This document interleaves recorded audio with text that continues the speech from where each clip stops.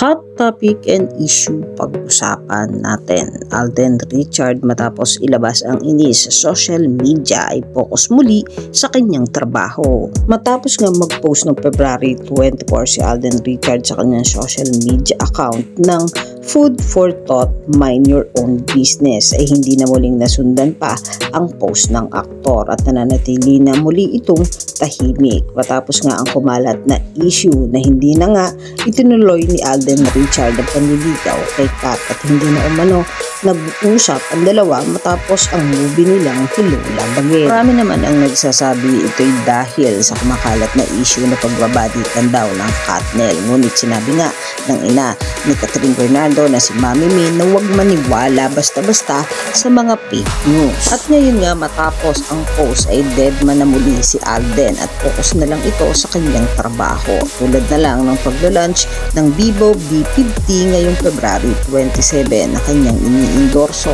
at ang inilabas na video ng Casino Plus kasama niya si Julia Barreto at ang paghahanda niya ngayon para sa March 21 para sa gaganaping bench body of work sa pagrampa niya sa bench na isa naman sa inaabangan ng mga fans ng Kat din ang makita sila ni Kat na rumampa sa event. Kaya naman puspusa na rin ang pag-workout at mga morning run ni Alden ngayon. Ito nga ay para sa paghahanda niya sa bench. Kayo mga katambalan, ano ang masasabi nyo? Mag-comment lang sa comment section at pag-usapan natin. Yan ang mga hot topic and issue dito lamang sa Tambalang JK.